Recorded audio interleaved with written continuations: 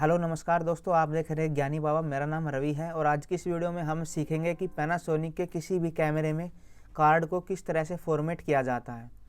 तो चलिए शुरू करते हैं। सबसे पहले दोस्तों आपको अपने डिस्प्ले पे क्लिक कर देना है। उसके बाद काफ़ी सारे ऑप्शन आपको दिखेंगे। यहाँ पे आपको मेन्यू पे क्लिक कर देना है। मेन्यू पे क्लिक करने के बाद दोस्तों आपको स्क्रॉल कर लेना है नीचे और यहाँ पे ऑप्शन मिलेगा अदर फंक्शन का, इस पर आपको क्लिक कर देना है।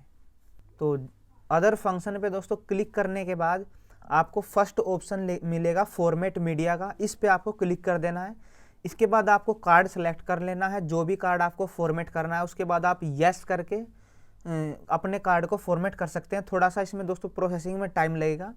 उसके बाद आपका जो कार्ड है वो फॉर्मेट हो जाएगा। तो इस तरह से दोस्तों आप पैनासोनिक के किसी भी कैमरे में कार्ड को फॉर्मेट कर सकते हैं। तो उम्मीद करते हैं आपको ये वीडियो पसंद आई होगी। यदि ये वीडियो आपको अच्छी लगी हो तो इसे लाइक करें, शेयर करें और कमेंट बॉक्स में अपने कमेंट जरूर डालें। मिलते हैं नेक्स्ट वीडियो में, तब तक के लिए goodbye, take care, thank you.